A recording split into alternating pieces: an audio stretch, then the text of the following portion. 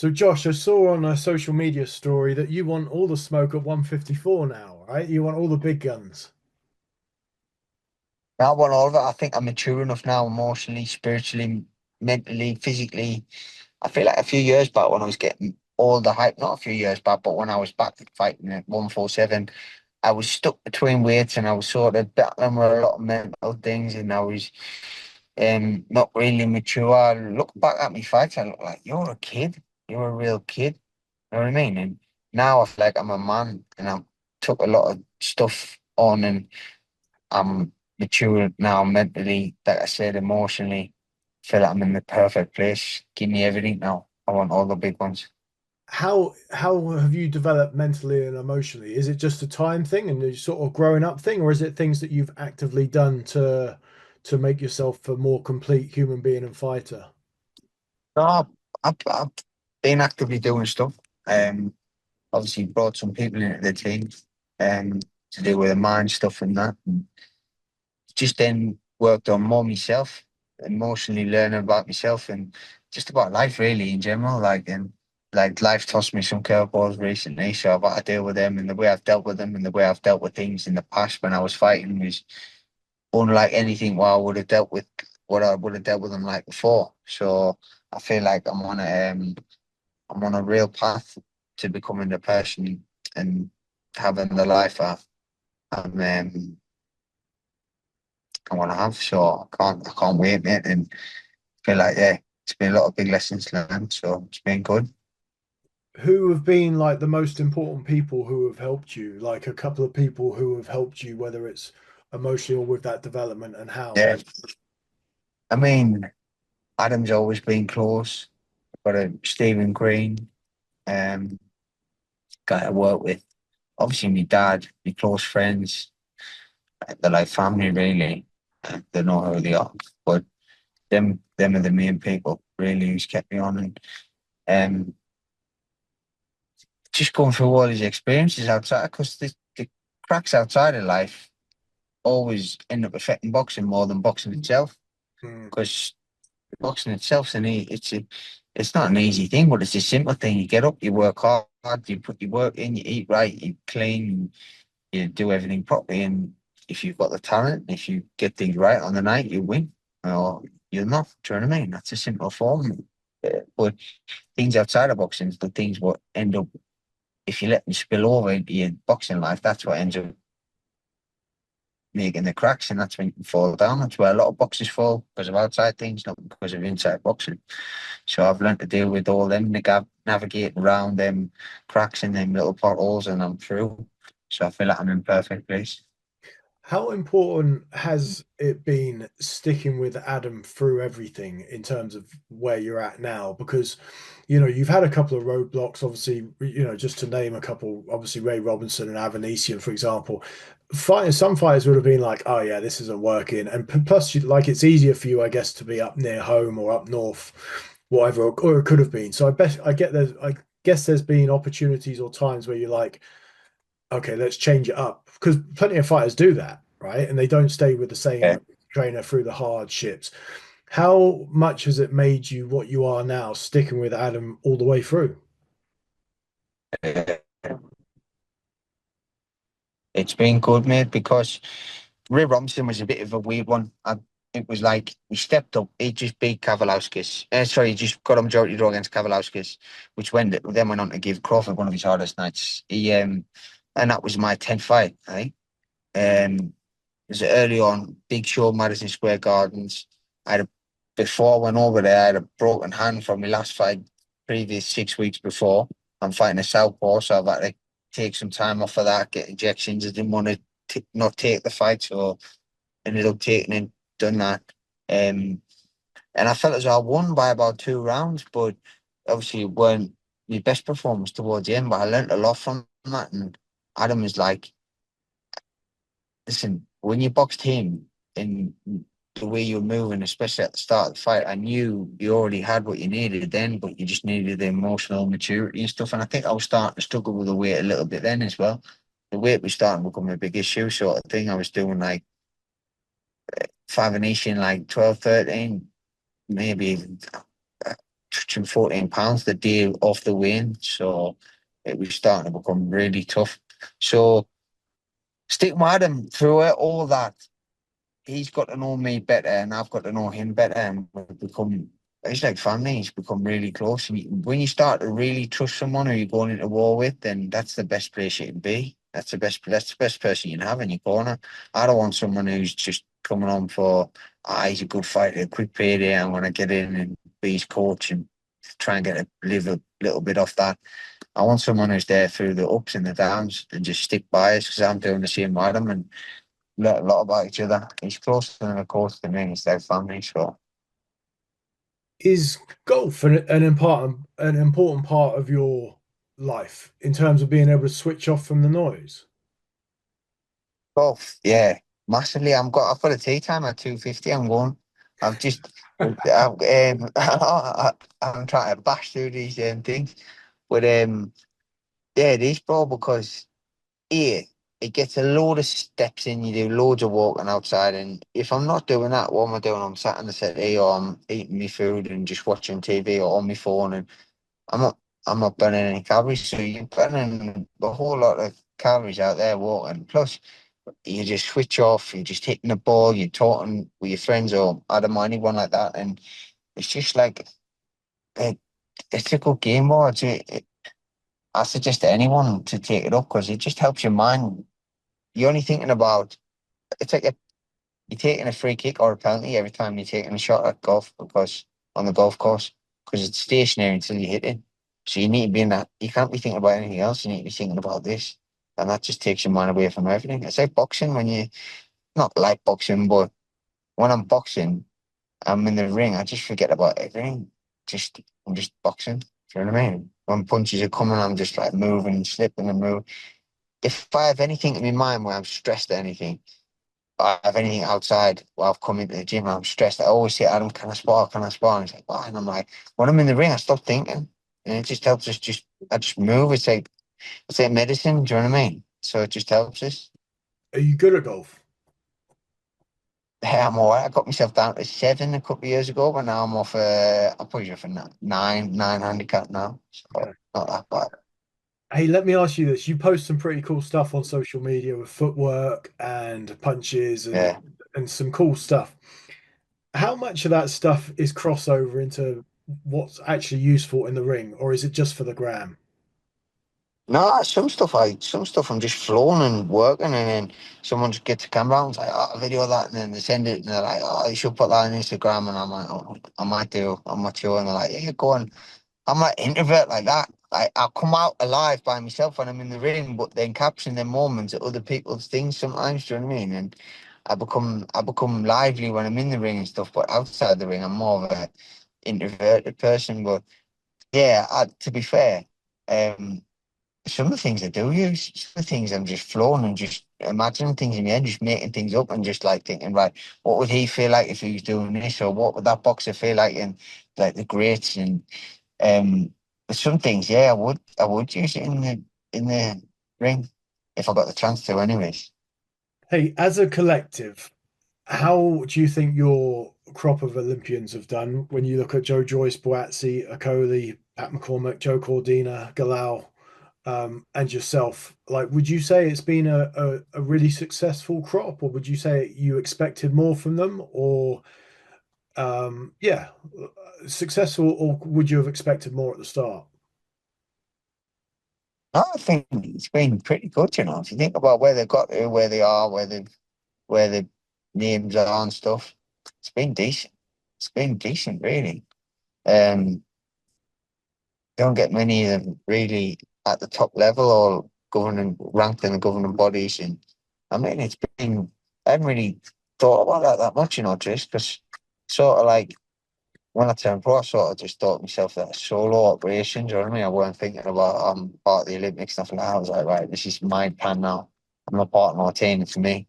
So that's what I never really had the time to think. Well, interesting question. I'll have to go back and look at other Olympians and other Olympic titles and how their accolades were compared to ours and stuff like that. So Have you stayed in touch with any of the lads, like on a semi-regular basis?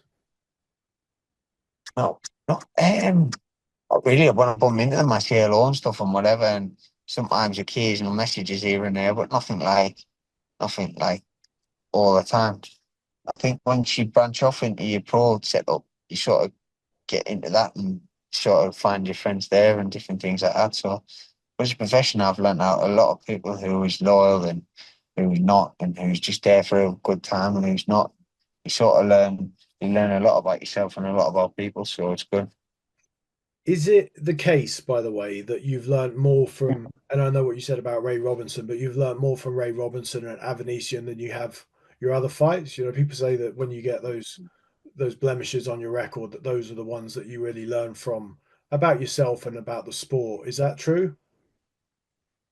100%. Like, without well, see if I went and won that Avenetian fight, I would have still been boxing at 147, still would have been killing myself trying to get there. Not now, obviously, I would probably would have moved up, but still killing myself to get to the weight a couple of fights after, still dealing with all the mental issues I was going through. So I would have just kept hiding it, and I would have come out sooner or later, and it would have been another loss or someone else's name, or it would have been Joe Bloggs beat you. So what do you think about that? So it was the right time to have that little hiccup, and it was the right time to go away and find myself and come back. And I think anyone who looks at that fight says, "I want to do what that guy did." Uh, it's just he's looking at like ghost of what I am now. I'm filled up. I'm a lot bigger. I'm a lot more experienced. I punch a lot harder. I'm, I'm can tie you up and hurt you. I can lose you inside if I want to. And looking at that, their downfall, it's just like I've just sort of scrubbed that off my record of my mind. It's not the things I was going through that week. Like I don't even think anyone would have got in the ring, but I did, and it what happened happened. So and can't take anything away from it. You have obviously sort of talked about your anxieties and the things that you were thinking about Mm. in the past. When you think of yourself now and that pre-fight stuff and how you were back then, is it like, are you that far removed from it? It's almost like looking at a different person, like where you're like, I can't believe I was like that. Yeah, really weird. Even with my kids, I'd start like getting so it's starting to become like a really like a hypochondriac. I was starting to become like I was washing my kids' hands all the time, and I was like, oh, I was trying to keep things clean and couldn't have this, and I got to do this, and now I'm just like totally opposite. Just like because I've just learned to not. A lot of it's just learning not to give a fuck. You know what I mean? Like not really caring about too many opinions, not really caring about anyone's opinion. And just like you hear from maybe, hopefully, God willing, 70, 80, 90, maybe if you're lucky, 100 years, right? And then we're gone. And then everything's forgotten. And then even if you were a legend or you were a big star or you were the best at this sport, you're not going to remember because you're going to be dead. So it's like, yeah, it was lovely at the time, but we're going to be dead. So it's like, who remembers, like, when the fight happens, people talk about it for maybe a week, maybe max, and then it's gone. It's forgotten about. Moving on to the next one. So it's like people are fickle. So you just gotta just like, and that's what I think. Like I'm not bothered anymore. If I got sick tomorrow and I had to pull out of this fight, I'd go. I don't give a fuck. Do you know what I mean? It's got my health more important than like I'm just obviously that's never gonna happen, but. I'm just in that mindset where now it's like I'm not bothered. I just gotta go in there, do me train as hard as I can because I love training hard, sparring hard, eat the best I can, which I'm doing. I'm eating clean and feeling like the best shape I've been in, and then just go on and enjoy it. The result will take care of itself. What'll be, what's going to be, is going to be. Who is your, oh, but what do you know about your opponent, by the way? He's decent. He's strong. He's only lost one. I was back down at welterweight. He looks big, looks strong. So he's going to come to try and win and try to really put a fight on. So well, these unknown quantities are the hardest ones because you're never really going to get the credit for beating them. So it's like one of them where you just sort of stuck. So you've got to be really focused for these ones. And I just go, actually focus probably just a little bit more that they get this little sadistic side where I'm like, yeah, all right. This guy thinks he's going to come and do this. It's his world title fight. So yeah, all right, no problem. I want to get my man. right? So I'm gonna put him up there like he's fucking Golovkin or someone, and I'm training for that guy. Do you know what I mean? Like I'm watching him and seeing everything. I'm like, oh, I've got you. So don't worry. Did you know him before you were matched with him? No, No. no, I didn't. I thought he was when they mentioned his name, I thought he was like a porn star of some sort. Hey, so funny enough, this sort of segues into the next question. So who is your dream Yeah. opponent? Who, if you could fight anyone, who would you match yourself with? Well, porn star. Yeah, No, exactly. his dream opponent right now Yeah, yeah. or all time. No, no, no, right now, from the No. active guys. Oh, Ben or a Eubank or someone like that. Oh, sorry, Trace. Because just big fights, man. Just ones will get people talking, ones will get people excited. Ones where you get excited, you're like, wait up, like, can't make it fight there. You know what I mean? Who's the harder fight for you out of those two, out of Eubank and Ben? I probably lean towards Ben, you know. To be honest. I think Eubank's come to the end of his performances. I don't Hmm. think he's got much left, especially at that weight, draining himself. So I think at the moment, Ben probably's got a lot more life in him. I did speak to someone a couple of months ago. They were sort of interested in matching you with Denzel Bentley. Did anything nearly come of that? And did you hear about that, or was that on the radar at all? Because I think you were high up in the WBO I at heard about it. 154, and he was at 160, right? Yeah, I heard about it, but nothing really got made. Obviously, I would go to 160. I've been there last fight. Obviously, it wasn't a legit 160 fight, but I can go to 160 and perform. The guys are going to be the guys are going to be bigger and stronger, but I can definitely go there and get some surprising wins. So, and then just Enough. let me shoot some names at you. What do you make of Vergil Ortiz? Yeah, killer. What about Fundora? Yeah, tall, awkward, um, readable. I feel like he's readable, but he's a freak as well. Tszyu? Yeah, strong, very good at the basics. Too brave sometimes. Um, but he's beatable, but he's good, solid. Keith Thurman? I think he's, I think he's past it. Keith Thurman is athletic, but in the past, but past it now. I think Keith Thurman is past it. What about Bakra Murtazaliev? Perfect fight for me.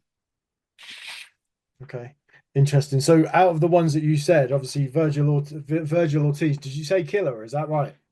Yeah, So, do you rank him as the best out there at the minute? yeah. The way he was able to put hands on Madrimov was good. He's just got them fast, spiteful hands, and he's got high. How she comes to fight, and he can punch. So you're gonna have to be on your game to fight him. And on my game, he'd have to be trying to find me in 6 or 7 corners of that ring. He'd have to try his best to try and catch me. And I'd be countering him as much as I can. So Is that the sort of fight you want, like the best of the best? Is that what mm, you really crave? I know you said about Eubank and Ben, massive fights in this country, but like to go and fight an Ortiz, whether it would be in Riyadh or Vegas, is that the absolute pinnacle for you? yeah, I mean that's what you as a kid, that's what you dream about doing. You dream about fighting these big fights, Yeah. being involved in the big fights, and testing yourself as an athlete. You always want to test yourself against the best. You know what I mean? End of the day, it's about making money, but at the same time, it's like internally you want to say, yeah, I tested myself against the best. I won. I tested them against the best, and I just come up short. It could be one of them. You know what I mean? And it's like, yeah, I fought them. I went there and did it. So, and I believe on my night. when I'm in that ring and I'm on form, I'm a fucking hard person to beat. Hard. So, in terms of where you're at now, are you satisfied with what you've done and what you've accomplished in boxing? Because you've achieved No, a lot already, right? yeah, but no, I'm not. No, I'm not satisfied yet. There's a lot more to achieve, and I feel like I'm still young in the sport. I haven't took a lot of miles on the clock. I haven't took a lot of hard fights. I'm still athletic. I'm still firing on all cylinders. I'm actually think I'm coming into my athletic prime now, 30, 31, 32. And I think these few years will be the best version of myself. But them years don't last for long, so you need to get the big fights in. So that's why I'm trying to capitalize on it now. Well, that's kind of like one of my final questions. Really, is does it freak you out that you trade on speed and reflexes, and people say that those are the ones that go like that? Are you freaked out about that time coming? Like, it's great you feel good now, but are you thinking like, Yeah. shit, I've got the window is small for my skill set. Yeah, I mean, you feel it. And I'm not one of them where I'm like delusional. I'm going to fights here and you can't beat me. I'm not old. Da, da, da, da. I'll feel it in the gym, and I'll say when it goes, I'll be like, right, no, listen, like I don't know if I've got to either change my style totally, or I'm gonna have to really rethink this boxing stuff because I'm not there to get fucking hit. Um, but I'd still believe I've got till 33, 34, and then I think, okay, then that might start to dip. But because I was a late maturer, anyways, I've always said I didn't get hairs on my arms till I was like 17, so. I was late mature and I feel as though I haven't run the clock out on any ends of like outside of boxing, in boxing. So I've got a lot of years left if I want them anyways. And just on your last fight, it was obviously a big stage, although not as big as perhaps it might have been had Liam Smith Yeah, been in the other corner. But were you happy with what you showed that night? I mean, I only refreshed my mind a minute ago to see that it was actually only a majority decision, but most people had you winning by a street, right? yeah, yeah. The decision in the last round sort of like masked the full performance, and the performance wasn't like me best, but I mean, I took a he's got the excuse what he can use, which you can't really use it if you take the fight in a week's notice. You took the fight, you thought you were ready. He was ready to box in a couple of weeks' time anyway, so you can't use that excuse. So that's one thing there. And then obviously I get moved down the card. It's not as lively and as entertaining as I want it to be. And I'm took a guy on who's unbeaten, strong, game, wants to come and he's a difficult fighter to open up, southpaw orthodox. I took that all on a week's notice as well. So I'm fighting a total different style. So I thought to myself, listen, just box him, get the win, keep it moving. And I did that until obviously the cut happened and then everything happened off the back of that. And it's just like one of them things I couldn't see in the last round, and I wasn't. I keep telling people I wasn't hurt whatsoever. I just couldn't see a fucking thing. Now when I was grabbing, I was trying to get my legs in a good position to be able to look at the clock and stuff. And I remember looking at the clock once and smiling and thinking, "This is crazy. This last round was just like sort of this will blur the full." And then when they read the scorecards, I was like, "That's crazy."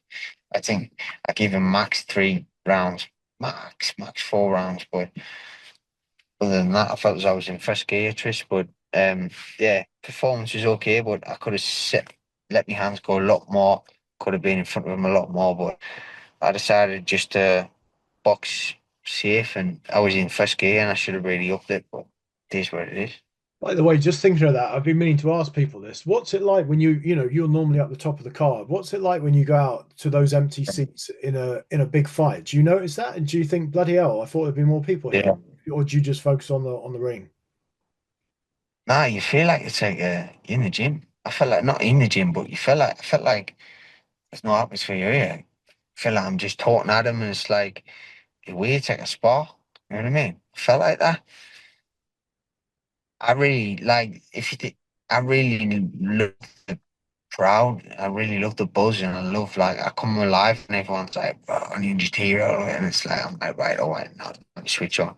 Now it's time to get my head in and I'm going now and I sort of just put that cocky mindset on and I just go into this flow and I'm putting a performance on for the crowd. It's just feeding off it myself and feeding off the energy. There's nothing there to really grab. It's like it's a bit like it's hard, do you know what I mean? But you won't get that next week in Newcastle. Nah, packed. It'll be a good little show. Yeah. Nice one, Josh. Well, thank you very much for taking the Cheers, time. I really appreciate it. Cheers, mate. Thank you. Hope you well, bro. Send me your best.